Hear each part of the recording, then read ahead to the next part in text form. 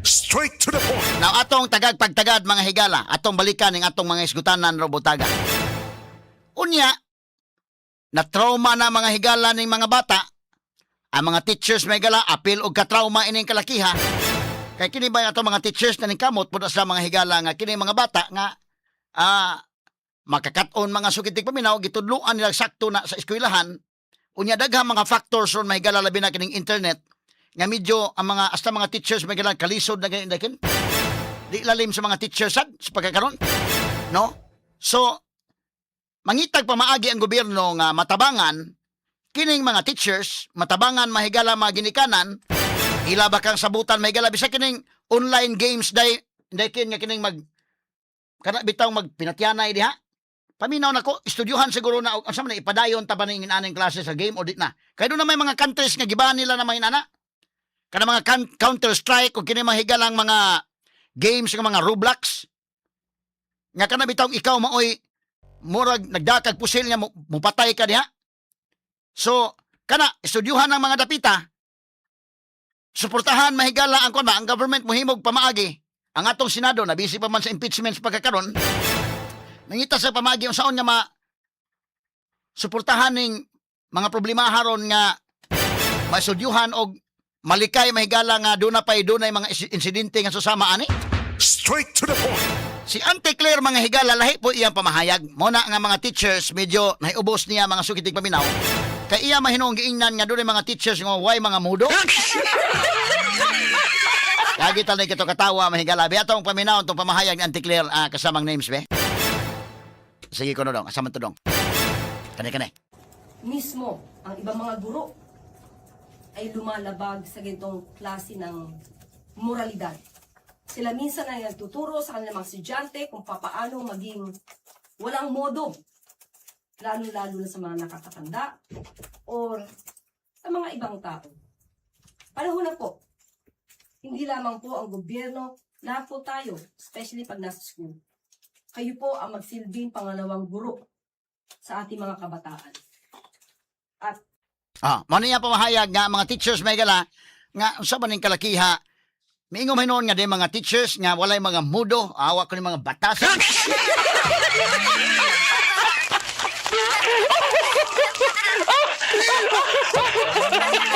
Sabi kasuko ng Auntie sa mga teachers.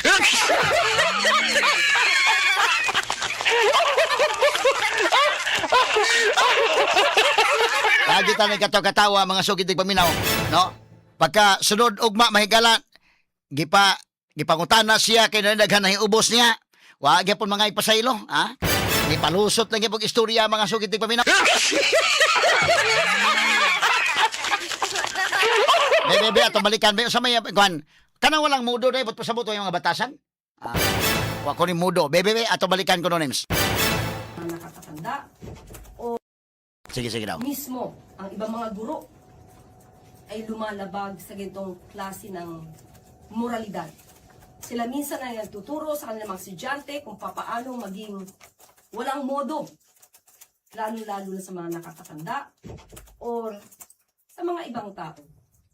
Panahon na po, hindi lamang po ang gobyerno, lahat po tayo, especially pag nasa school. Kayo po ang magsilbing pangalawang guro sa ating mga kabataan. At Asa man nga kuha nila nga na mga teacher walang mga way mudo.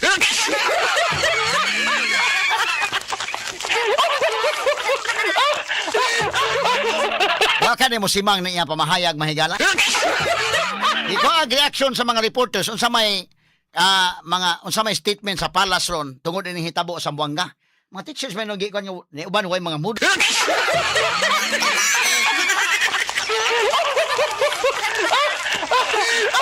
Dura siya kasuko sa mga teachers. Kapoy ba ng mga maestra tudlo diya sa mga estudyante.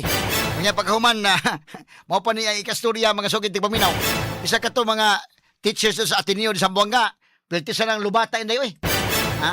Yan lubata ng mga teachers. Problema ni mahigala sa mga eskwelahan. Relatable nga problema sa mga estudyante o mga teachers.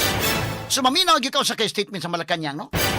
Importante kaya ni mas sumaminaw tag statement sa Malacañang. So ang statement mahigala miingon manon na iba mga teachers way mga mood.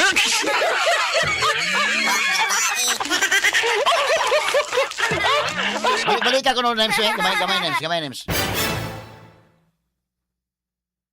Sige kuno dong. Mismo, ang ibang mga guro ay lumalabag sa ganitong klase ng moralidad. Sila minsan ay nagtuturo sa kanilang mga estudyante kung papaano maging walang modo. Lalo-lalo na sa mga ibang tao. Pareho na po. Hindi lamang po ang gobyerno, lahat po tayo, especially pag nasa school. Kayo po ang magsilbing pangalawang guro sa ating mga kabataan.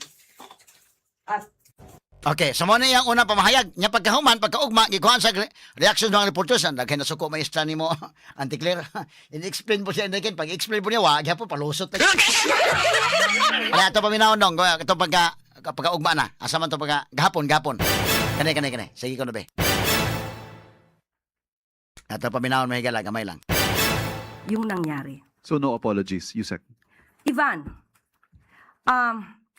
hindi tayo pwede ditong magkaroon ng sorry for the word. Ayoko magkaroon ng additional na pang-iintriga dito.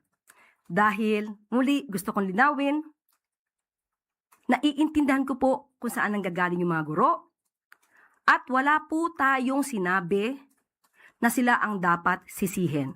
Ipinapakita lamang po natin kung gaano kalaki yung kanilang role bilang pangalawang magulang sa ating mga kabataan.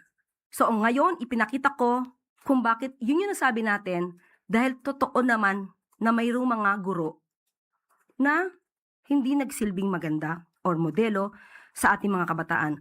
Kaya hinihimo ko po ang ating mga kagalang-galang na guro na magtulong-tulungan po tayo kung meron din po kayo nakikita mga ganitong klase mga nangyayari sa kapwa nyo guro. Paalalahanan po natin na kayo po ay tinitingala bilang tagapagturo na magandang kaugalian sa ating mga kabataan. Sorry, Yusek, I did not mean to create intrigue, paging-intriga as you might be implying. Ang sa isip ko lang ho kasi ngayon, what if after listening to your explanation, yung mga guro na nasaktan, ganun pa rin po ang kanilang pakiramdam?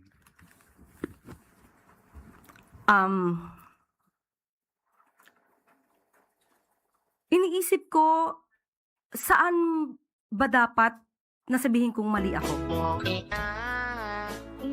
Sa ngayon po, saan iniisip ko dahil maliwanag yung aking pagkakasabi. Nagkaroon lang na maling konteksto nung sinabi ng ACT Party List or ACT Teachers na sinisisi ko ang mga guro. Wala po akong sinabi na sila ang may kasalanan. Kahit ulit-ulitin po nila yung ating sinabi, yan po ay pagpapaalala lamang na sila po ay mga iginagalang na guro na maghuhubog ng tamang kaugalian sa ating mga kabataan. So, siguro po ang dapat na magbigay ng paumanhin ay ang bigay ng maling konteksto sa ating sinabi. Dahil marami nagsasabi na walang guro na nagturo ng mali. Ipinakita ko po sa inyo ngayon.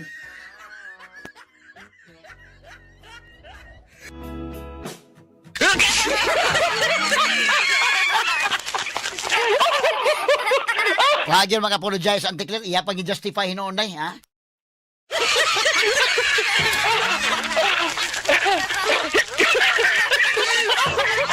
So, no apology, ha?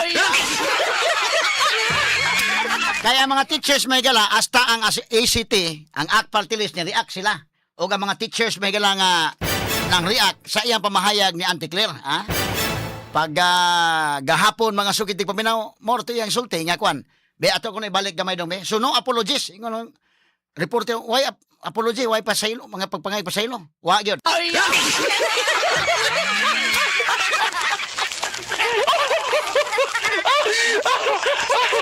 Ang mga teachers karon mahingala sensitive sila kayo ba? Para mga estudyante sensitive kayo, okay? Sila mga ilang mo Department of Education eh. Si Angara mahigala, iyan ni mga higalang call, no? Si Marcos mga kaigalaan isip presidente, si Angara isip iyang alter ego, nga mao'y sekretary sa DepEd, ilan ni karon? Muna nga ang tanan mga higalang naa sa DepEd, medyo relatable kay ni nila. Kini hitabo og ang tanang ginikanan noon gabi ka kuan ning isyuha oy. Mga ginikanan doon ay mga anak ka na sa eskwelahan. Sa mga teachers maminaw gyud ko sa kay pamahayag sa Malacañang ha. Kay doon ay statement ang Malacañang maminaw taon sa kay sulti sa Malacañang ron. Sus pag sulti pa sa Malacañang mahigal ni ay mga teachers walang modo.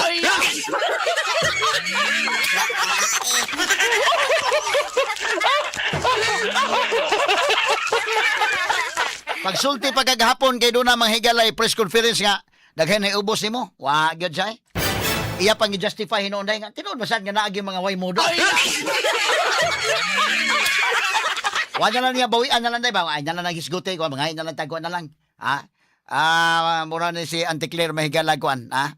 Lahi man kay ang issue ba nya murag simang na niya issue ba kanang batak din ano?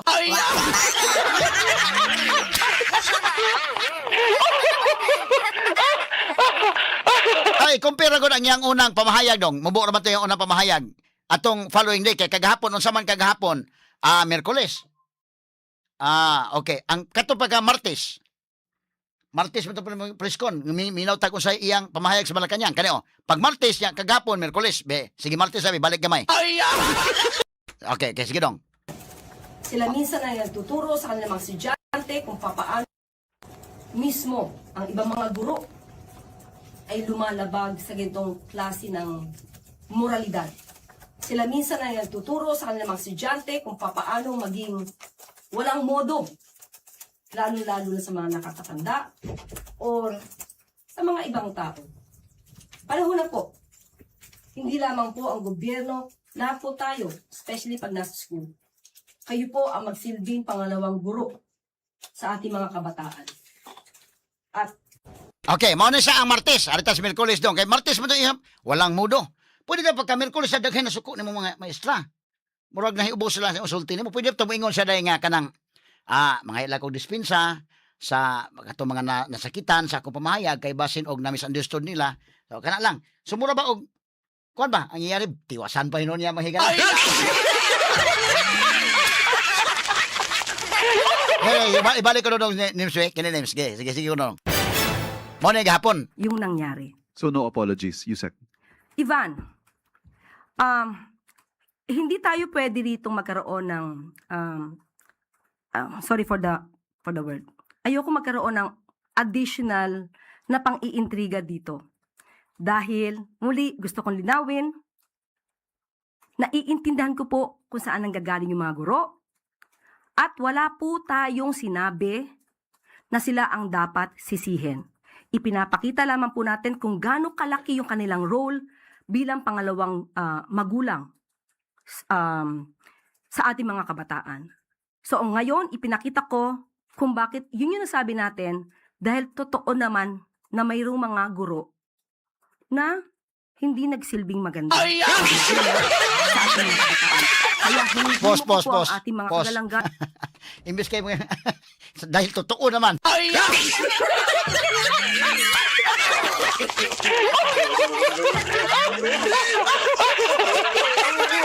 Why apologize dahil totoo naman na may mga guro.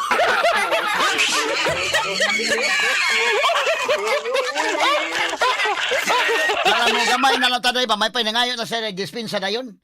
Explain ba siya niya dahil totoo naman iya yung justify ito iya sulti permiro.